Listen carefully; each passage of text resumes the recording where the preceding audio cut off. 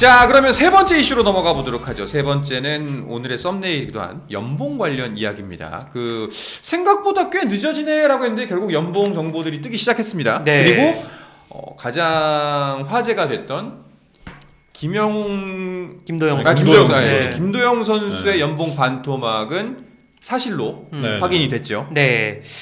김도영 선수가 이제 지난해 5억 원에 사인을 했었죠.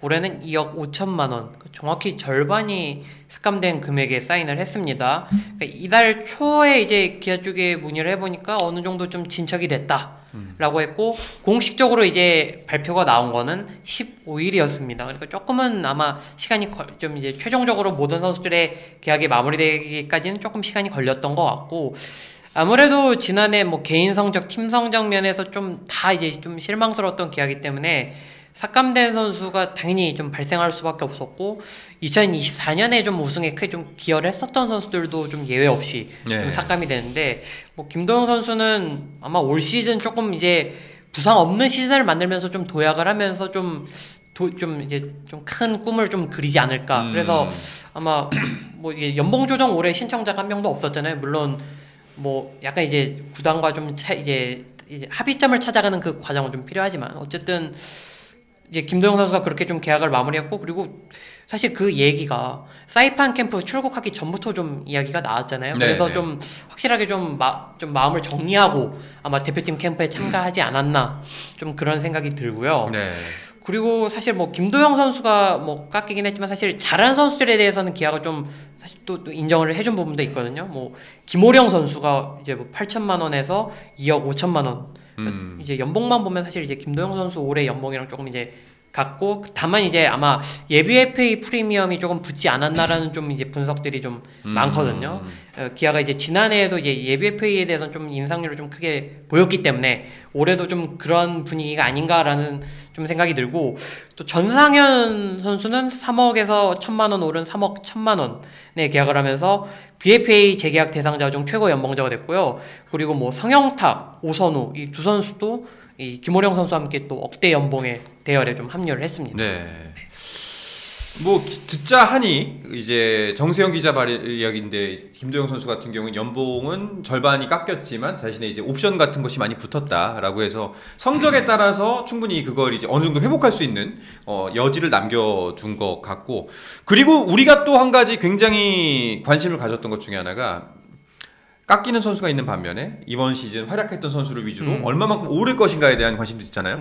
KT의 안현민 선수가 이제 가장 관건이었습니다. 제 기준에서는. 그러니까 지난해 연봉이 3,300만 원이었으니까 여기서 이제 1억 4,700만 원이 올랐거든요. 그러니까 445%. 뭐 이 정도면은 뭐 정말 놀라운 인상률이고, 종전 이 구단 최고 인상률은 2021년 소영준 선수가 기록을 했던 418.5%였다고 합니다. 그래서 안현민 선수 1억 8천만 원에 계약을 하면서 좀 가치를 인정을 받았고요.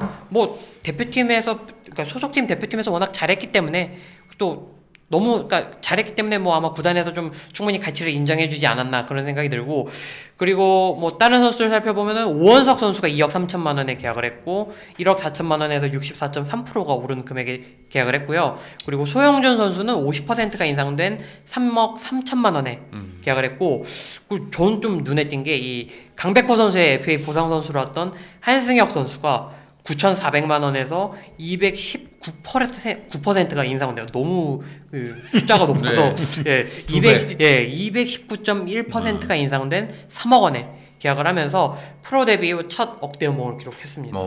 그리고 이상동 선수, 또 KT 불펜에서 큰 비중을 차지하고 있는 선수인데요. 5,900만 원에서 69.5%가 인상된 1억 원으로 첫 억대 연봉 반열에 올랐습니다. 안현민 선수가 어때요? 2억 8천 어떻게 보십니까? 이게 사실 445%, 445.6%, 그러니까 4.5배 정도인데, 4.5배라고 하면 어마어마해 보는데 3,300에서 4.5배니까 사실은 그렇게 되게 높은 금액은 아니잖아요. 근데 이게 그 연봉 국가 시스템이 대부분 구단이 마찬가지인데, 이 퍼센티지가 그러니까 베이스가 중요하거든요. 베이스가 베이스가 3,300이었기 때문에 인상이 뭐 2억 3억이 될 수는 없어요. 그래요? 그러니까 이게 스타라고 생각을 한다면은 마치 그런 거죠. 만약에 이제 가수야, 네, 네. 아이돌이야, 새롭게 데뷔한. 네. 근데 이 가수들이 굳이 뭐 연봉이 없는 상태에서 출발했지만 갑자기 빵 뜨면은 그해 막 10억, 20억씩 벌 수 있는 거잖아요. 아, 그 경우 그런 거랑 또 다르다. 네, 다르죠. 다르죠. 그러니까 연공 서열이 있는 건 아닌데 그래도 이 베이스가 있습니다. 직장인처럼. 예, 아 직장이랑 좀 다른데요. 근데 사실 네. 그다음 이제 연봉 서열이라기보다는 호봉. 아 다른 게 뭐가 있냐면요. 그러니까 전년도 연봉 이게 기본 연봉이 돼요. 기존 네. 연봉이 돼서 이거를 몇 프로로 잡느냐에 따라서 이 폭이 달라져요. 그러니까 이 폭을 예를 들면 80% 잡아요. 그러면은 이 폭이 이렇게 되는 거고요. 70% 60% 잡으면 더 늘어나는 거죠. 그러니까 이게 그 퍼센티지를 그러니까 적게 잡을수록 이제 야구 잘하면 금액이 더 올라가는 거고 그쵸. 떨어지면 더 떨어지는 거예요. 근데 안현민 선수는 3,300이니까 1억 8천 올랐으면 많이 오른 거죠. 많이 올랐죠. 네, 근데 그게 또 KT가 팀 성적도 안 좋았잖아요. 네. 6위였으니까. 근데 나름대로 좀 조금 올려주지 않았을까 싶어요.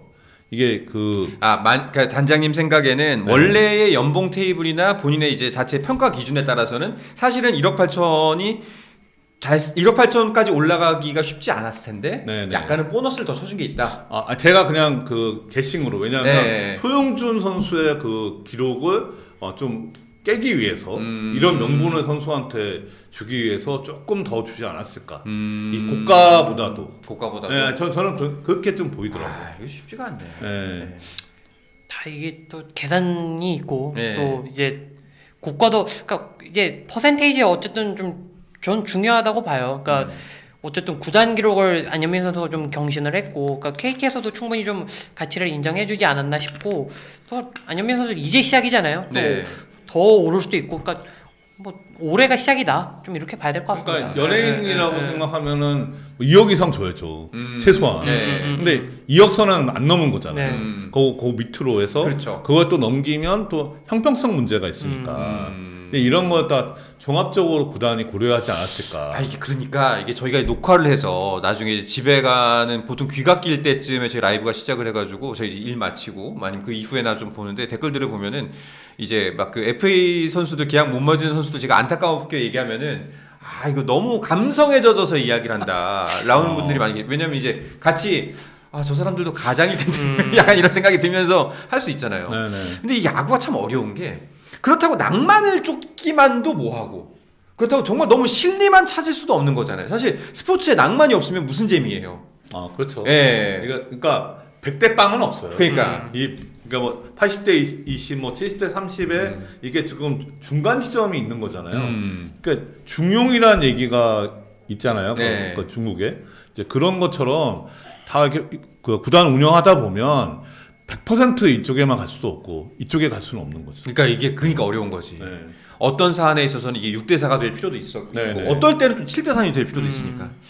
그게 프론트의 역할입니다. 그러니까요. 네네네. 어려- 그게 또 팀 네. 분위기. 어려우셨겠어요. 네네. 그때. 네네. 자, 그럼 오늘 준비한 다음 이슈로 넘어가 보도록 하죠. 오늘은 이슈가 꽤 있습니다. 뭐 크다란 이슈는 아니지만 그래도 계속해서 프로야구 관련 소식들이 쏟아지고 있는데 서건창 선수가 복귀를 했습니다. 그러니까 한동안 네. 이야기가 들리지 않았던 선수 중에 또 한 명이거든요. 네. 그 지난해 10월 달에 이제 기아에서 방출된 이후에 지금 거의 뭐 3달 넘게 이야기가 없었는데 기용구단이 지난 16일 보도자료를 통해서 서건창 선수와 연봉 1억 2천만 원의 선수 계약을 체결했다고 발표를 했습니다. 그러면서 서건창 선수는 2021년 이후 5년 만에 이 히어로즈 유니폼을 좀 입게 됐는데요.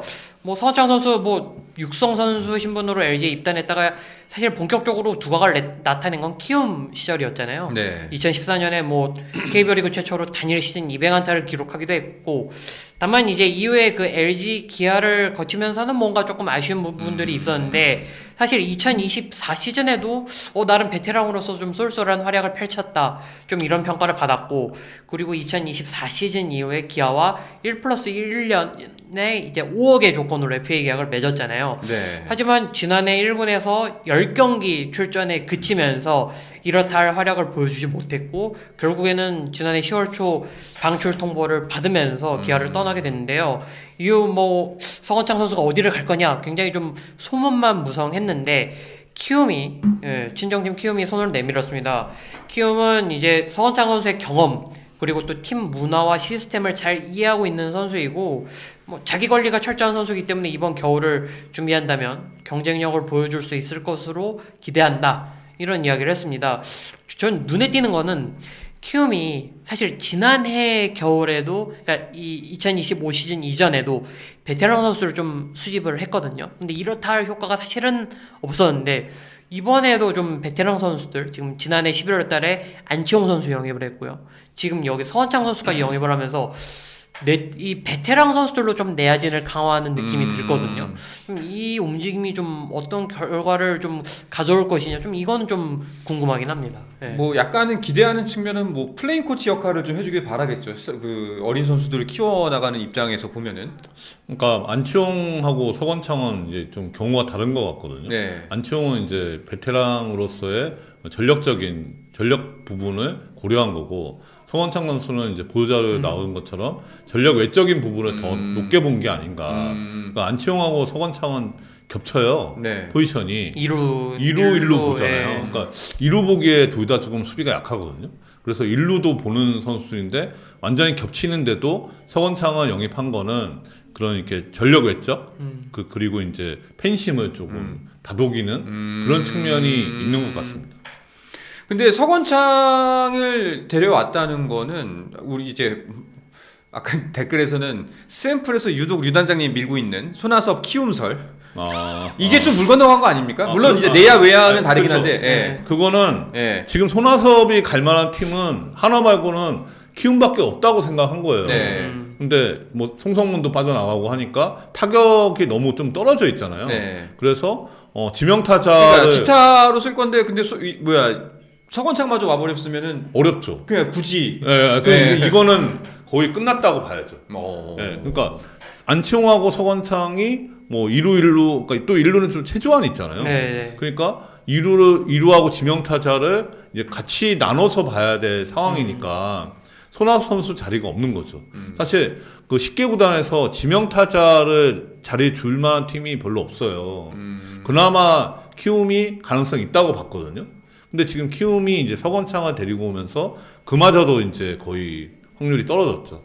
제로에 가깝게 됐죠.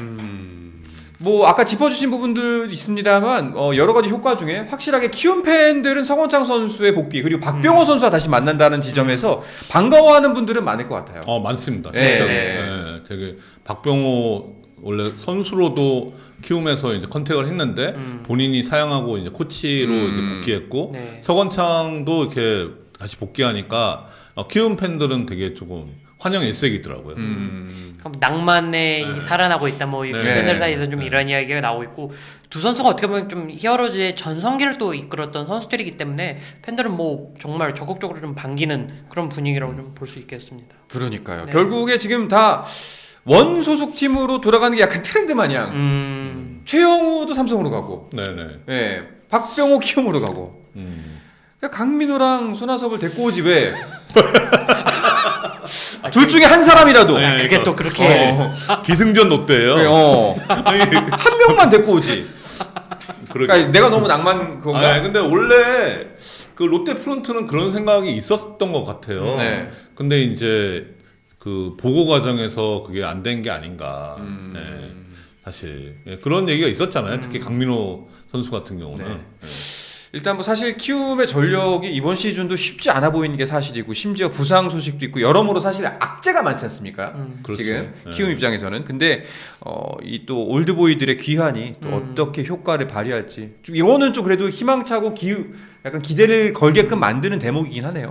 사실 서건창 선수 그 계약 발표 이전에 박병호 코치 그 기자회견이 있었거든요. 네. 그래서 그 자리에서 서원창 선수에 대한 좀 질문도 나왔었는데 서원창 선수가 좀 종종 연락하면서 지내고 있고 사실 좀 계약에 관해서는 조금 말을 아끼는 모습이었거든요. 다만 뭐 서건창 선수에게 했던 이야기는 뭐 좀 준비하면서 기다리자 좀 이런 이야기를 해줬다고 하더라고. 근데 사실 그 박병호 선수 이야기가 나온 지 얼마 안 돼서 거의 뭐 하루 이틀 만에 계약이 나왔으니까 뭐 아마 서건창 선수도 조금 이제 어쨌든 키움에서 조금 친정팀에서 조금 마음을 다잡고 싶었다. 좀 그런 의지도 좀 있었던 것 같습니다. 알겠습니다. 스포츠 플러스 최종의 무대 스포츠 플러스 힘좀 내놓지